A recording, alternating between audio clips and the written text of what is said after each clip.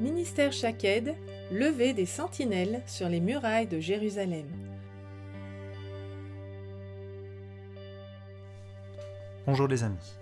En cette heure difficile, très difficile, pour Israël, pour Gaza et pour tout le Moyen-Orient, en tant que Shaked, nous voulions faire ces podcasts pour pouvoir vous aider à réagir et à vous positionner face à tout ce qui est en train de se dérouler là-bas.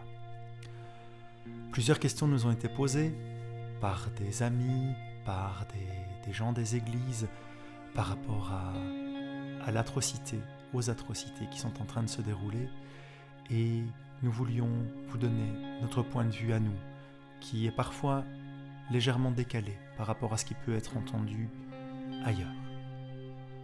Donc voilà, on va commencer par répondre à la première question qui nous a été posée, qui est une question toute simple, qui est comment réagir ?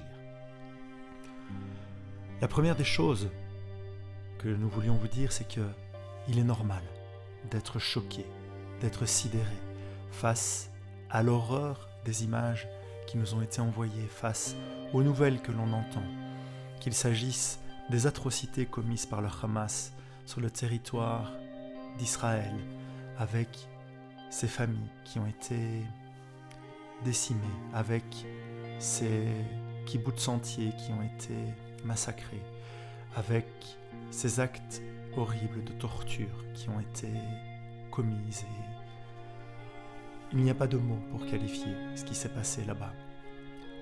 On y reconnaît tellement les esprits qui étaient derrière la Shoah, les esprits qui étaient derrière Daesh, les esprits qui sont derrière toutes ces haines génocidaires qui malheureusement se sont manifestées si souvent dans l'histoire de l'humanité.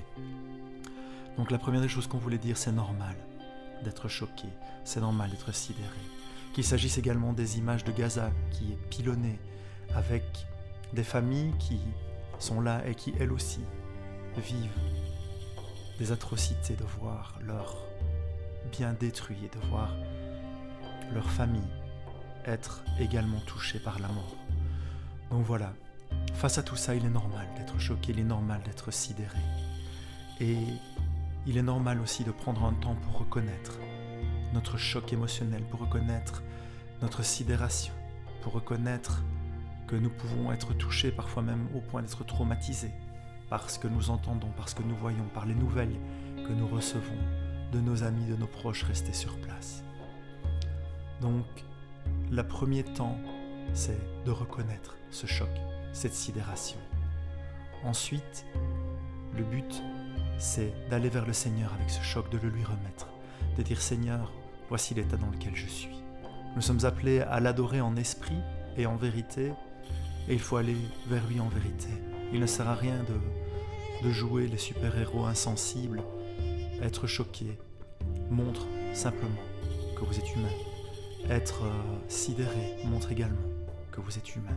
Et ça ne pose pas de problème d'aller devant le Seigneur avec ça, que du contraire. L'autre chose que je voulais vous encourager à faire, c'est à vous informer correctement. Certains médias sont biaisés. Dans nos régions, les médias sont surtout biaisés à l'encontre d'Israël, mais certains médias chrétiens sont également biaisés à l'encontre des populations arabes et des populations palestiniennes. Donc voilà, essayez de prendre vos sources d'informations dans des endroits qui sont bien balancés, comme on dit en anglais, qui sont équilibrés et qui vont ramener les informations sans sensationnalisme extrême ni sans parti pris complet. Voilà. L'autre chose, face au fait de s'informer, faites attention à ce qu'en psychologie on appelle le traumatisme vicariant. Donc à force de contempler des images traumatisantes, à force d'entendre des récits traumatisants, on peut développer soi-même un état de stress post-traumatique, même si on n'a pas été soi-même les premiers témoins de ce qui s'est passé, même si on n'a pas été soi-même impliqué dans les choses. Donc, il est important de s'informer, mais ne restez pas scotché aux médias à longueur de journée, sans quoi vous risquez vraiment de développer ces traumatismes vicariants et ça ne vous sera d'aucune aide. Donc voilà, informez-vous certes, mais faites-le avec sagesse et faites-le avec l'Esprit du Seigneur pour vous guider. Ensuite, si vous aviez développé un traumatisme, c'est-à-dire que vous êtes obnubilé parce que vous voyez, vous n'arrivez plus à vous détacher de ce qui se passe, vous êtes pris émotionnellement d'une façon ingérable. Si ça vous arrive, demandez de l'aide autour de vous, demandez la prière de vos frères et sœurs, demandez à recevoir peut-être de la relation d'aide par des gens compétents. Voilà, c'est la première des choses à faire. Face à cette sidération, il faut réagir et remettre tout cela au Seigneur. Voilà, c'est la première partie de ce que je voulais vous envoyer. Face à la sidération, face au traumatisme, face à ce qui se passe devant nous, reconnaissons l'état dans lequel nous sommes.